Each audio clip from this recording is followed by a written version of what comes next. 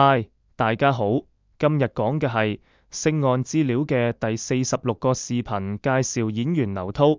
生辰資料喺維基百科下載。星盤中有個特別星格，日月甲田宅。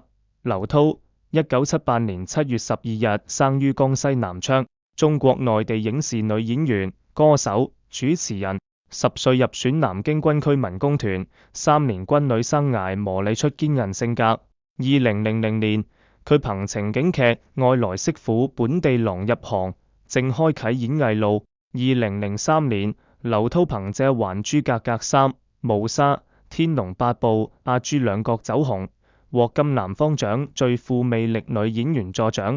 2006年，《白蛇傳》中白素貞形象深入人心，奠定古裝女神地位。2007年，佢同黃柯閃婚，次年宣退圈，就係老公負債4億。於2010年毅然復出，5年接拍25部劇，比稱搏命三娘。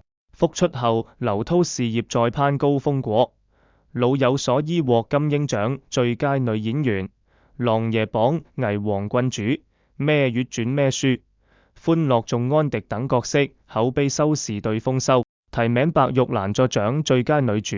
佢仲憑媽祖成為媽祖文化全球推廣大使，跨界綜藝、直播、主持均成績亮眼，久登央視春晚。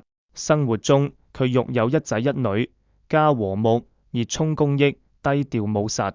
從草根女兵到全能藝人，劉濤以堅韌關實，書寫咗逆風翻盤嘅勵志人生，係華語影視圈兼具口碑與國民度嘅實派代表。星岸將每個喺 YouTube、Facebook 同 Threads 更新，歡迎有興趣嘅朋友觀看。劉濤嘅視頻就講到呢度，多謝大家嘅收看。